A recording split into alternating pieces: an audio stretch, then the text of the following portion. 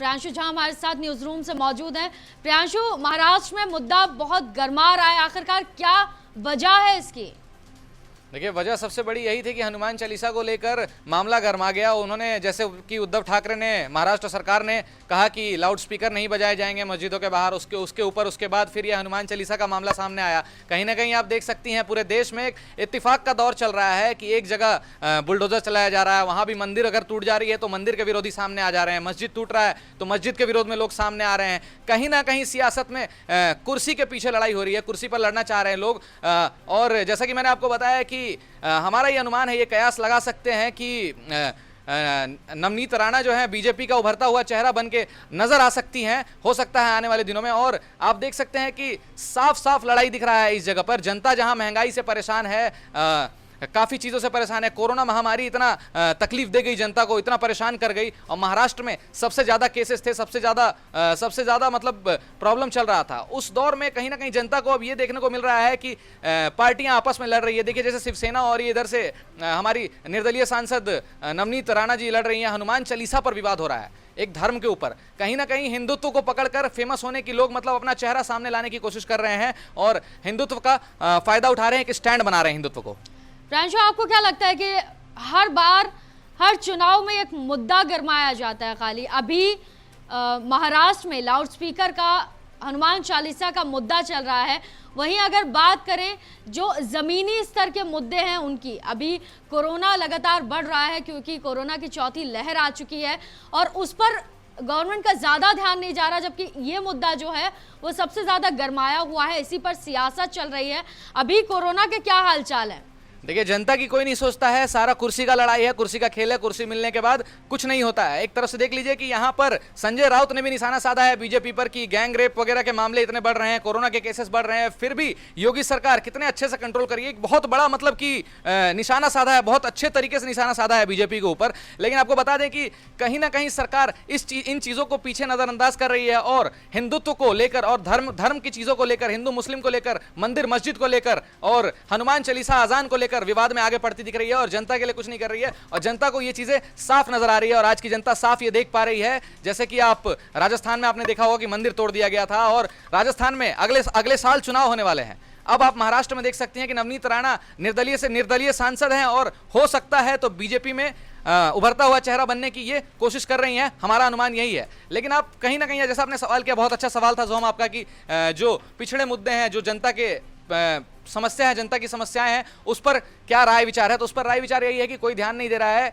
कहीं कुछ नहीं हो रहा। आप अभी दिल्ली में जाकर देखें कि दिल्ली का एकदम बुरा हाल हुआ पड़ा है। वहां पर जैसे एक तरह से अचानक से सामने आ गया जहांगीरपुरी का मामला। जहांगीरपुरी के मामले के पीछे देखें तो दिल्ली में कहीं ना कहीं ऐसे मामले रोज होते हैं, कहीं ना कहीं तोड़फोड़, लड़ाई झगड़ा, लूटपाट, और जनता जिस चीज से परेशान है उस पर सरकार काम नहीं कर रही है। लेकिन ये जो छोटा सा विवाद हो गया, अगर अतिक्रमण हटा दिया गया, उस पर इतना बड़ा बवाल हो गया। अब देखिए, बॉम्बे में हनुमान चालीसा को लेकर विवाद हो रहा है कि वो कह रही है कि वो अड़ गई है कि हम उद्धव ठाकरे के घर के बाहर ही, मातोश्री के बाहर ही हनुमान चालीसा पढ़ेंगे। हालांकि बाला साहेब ठाकरे जब शिवसेना को लेकर आए थे तो राम मंदिर आंदोलन उन्होंने ही, मतलब राम का जो नाम लेते थे वो असल मायने में वही लेते थे, वही शिवसेना थी। और कहीं ना कहीं इनका आरोप सही है कि शिवसेना अब गुंडागर्दी कर रही है। देखिए, अगर हिंदुत्व की बात करें तो शिवसेना में भी हिंदुत्व से लोग ताल्लुक रखते हैं और हिंदू भरे हुए हैं, लेकिन ये हनुमान चालीसा पर रोक लगा रहे हैं। तो एक तरफ से दोनों मतलब आपसी पलटवार कर रहे हैं कि हम आपको नहीं करने देंगे तो आपको नहीं करने देंगे। तो इससे क्या अनुमान लगाया जा सकता है? ये कुर्सी की लड़ाई है और इससे संभव टीवी यही अनुमान लगाती है कि नवनीत राणा जो है आगे आने वाले दिनों में बीजेपी का उभरता हुआ चेहरा बन के आ सकती हैं सामने महाराष्ट्र से। प्रियांशु, आपका क्या मानना है कि नवनीत राणा के जो एक्शन पे, लाउड स्पीकर का और हनुमान चालीसा को लेकर जो एक्शन था नवनीत राणा का, उस पर जो शिव सैनिकों ने रिएक्शन दिया था, उस पर आपका क्या मानना है? देखिए, शिव सैनिक तो भड़क गए थे, उन्होंने मतलब काफी मतलब लड़ाई का मामला आपको बताया ना, जैसे अल्पसंख्यकों की लड़ाई होती थी पहले, अब हिंदुत्व को लेकर लड़ाई हो रहा है। तो शिवसेना, और ये एक तरफ शिवसेना हो गई और एक तरफ ये नवनीत राणा और रवि राणा अकेले हो गए। लेकिन इनके ऊपर राजद्रोह का मुकदमा क्यों दर्ज हुआ? सोम, आप इस पर भी सोच सकते हैं राजद्रोह का मुकदमा क्यों दर्ज हुआ, क्योंकि कहीं ना कहीं उद्धव ठाकरे महाराष्ट्र के मुख्यमंत्री हैं। आपको बता दें, उन्होंने लाउड स्पीकर पर उन्होंने रोक लगा दिया था कि लाउड स्पीकर नहीं बजेंगे, और कहीं ना कहीं ये खबर सामने आई थी कि लाउड स्पीकर पर कुछ दूरी पर लाउड स्पीकर नहीं बजेंगे मस्जिदों के बाहर, मंदिरों के बाहर। उसी दौरान इन्होंने ये हंगामा क्यों किया, ये भी सोचने वाली बात है। तो कहीं ना कहीं किसी को सही गलत नहीं कह सकते, यहाँ पर दोनों तरफ से गलतियां हो रही है, कुछ चीजें सही भी हैं और कुछ चीजें गलत भी हैं। चलिए, मुंबई में लगातार घमासान जारी है। वहीं चलते हैं न्यूज रूम से, माधुरी तिवारी हमारे साथ जुड़ी हुई हैं। माधुरी, लगातार हनुमान चालीसा पर जो विवाद हो रहा है वो लगातार जारी है।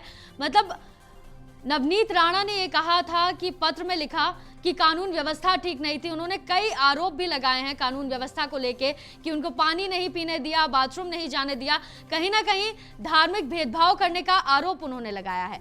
तो लेकिन इस पर पुलिस की तरफ से क्या जवाब सामने आया है?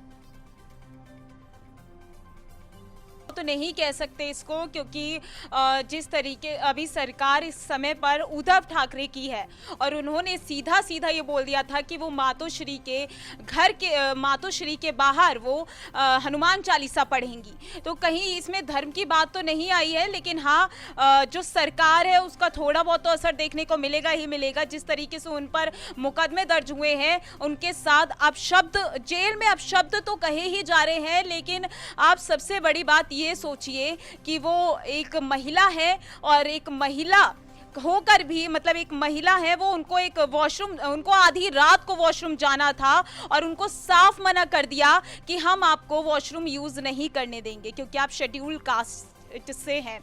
उनसे अनुसूचित जाति उनको बोल दिया गया कि हम अनुसूचित जाति वालों को हम वॉशरूम यूज नहीं करने देते हैं। तो देखिए, कहीं ना कहीं दोनों तरफ से गलतियां हो रही हैं, क्योंकि ऐसा अगर उनको जेल में डाला गया है तो ऐसा नहीं है कि उनको आप सुविधाएं दें या कुछ भी दें, लेकिन बेसिक चीज़ें, पानी, खाना, वॉशरूम यूज करना, ये तो बेसिक चीज़ें हैं। कोई अपराधी कितना बड़ा ही अपराध कर दे, लेकिन उसके साथ इतनी जाति तो नहीं होनी चाहिए जिस तरीके की उनके साथ जेल में की जा रही है। माधुरी, आपको क्या लगता है, धर्म के आधार पर दो समूहों के बीच में दुश्मनी को बढ़ावा देने के मामले में गिरफ्तार किया गया है नवनीत राणा को, आपका क्या कहना है? देखिए, ये कोई भड़काने वाली बात नहीं है कि हिंदू मुस्लिम को भड़काने वाली कोई चीज़ नहीं होती है। अजान शुरू हुआ था मुद्दा राज ठाकरे से, लेकिन अब नवनीत राणा तक आ गया है ये मुद्दा। राज ठाकरे ने सिर्फ ये बोला था कि अजान को लाउड स्पीकर से हटा दिया जाए, क्योंकि काफ़ी परेशानी होती है लोगों को, क्योंकि कुछ ही दूरी में ही मस्जिद है और लगातार आसपास के जो लोग हैं उनको परेशानियों का सामना करना पड़ता है। आप पूजा करिए, पाठ करिए, लेकिन उतने ही सीमित जगह पे रह के करिए ताकि आसपास के लोगों को परेशानी का सामना ना करना पड़े। और फिर नवनीत राणा ने हनुमान चालीसा का कह के इस मुद्दे को हनुमान चालीसा जो उन्होंने बोला मातोश्री के बाहर वो हनुमान चालीसा का पाठ करेंगी, उस मुद्दे को उन्होंने गरमा दिया है। तो अब देखिए, किसी के घर के बाहर भी अगर आप ऐसे बयानबाजी कर रहे हैं कि आप उसके घर के बाहर बैठ के हनुमान चालीसा करेंगे, या फिर सिर्फ हनुमान चालीसा ही नहीं, आप ये भी बोले कि अजान करेंगे या फिर कुछ भी करेंगे, तो किसी के मन में भी गुस्सा फूटेगा, क्योंकि ये सही नहीं है। आप किसी के भी घर के बाहर धरना प्रदर्शन करने का एकदम से वीडियो जारी कर दे रहे हैं, एकदम से ये बयानबाजी कर दे रहे हैं। तो देखिए, गलती ना इधर के ना उधर के, ना ही ये दो समुदायों को भड़काने की कोशिश की जा रही है। सबके अपने अपने मुद्दे होते हैं, सबकी अपनी अपनी चीज़ें होती हैं, चुनाव जीतने के तरीके होते हैं, सियासत करने के तरीके होते हैं। तो इस बार का जो मुद्दा हुआ है अजान और हनुमान चालीसा। माधुरी, आपको क्या लगता है कि अभी जो सियासत चल रही है, अगर समीकरण के तौर पे इसको देखा जाए तो आगने वाले चुनाव में समीकरण इसका बिगड़ता हुआ दिखाई देगा या समीकरण बनेगा इस मुद्दे को लेके? देखिए, जिस तरीके से नवनीत राणा हिंदुत्व की राजनीति कर रही है, सियासत हनुमान चालीसा पर कर रही हैं, तो ऐसा भी हो सकता है कि समीकरण बदलते हुए नज़र आए, क्योंकि जो बीजेपी है वो हिंदुत्व की पार्टी भी कहा जाता है। तो ऐसा भी हो सकता है कि दोनों के साथ आने के भी कयास लगाए जा रहे हैं, और अब वो तो आने वाला वक्त ही बताएगा कि समीकरण बिगड़ते हैं या फिर जो अभी बने हुए हैं समीकरण उसी पर कायम रहते हैं।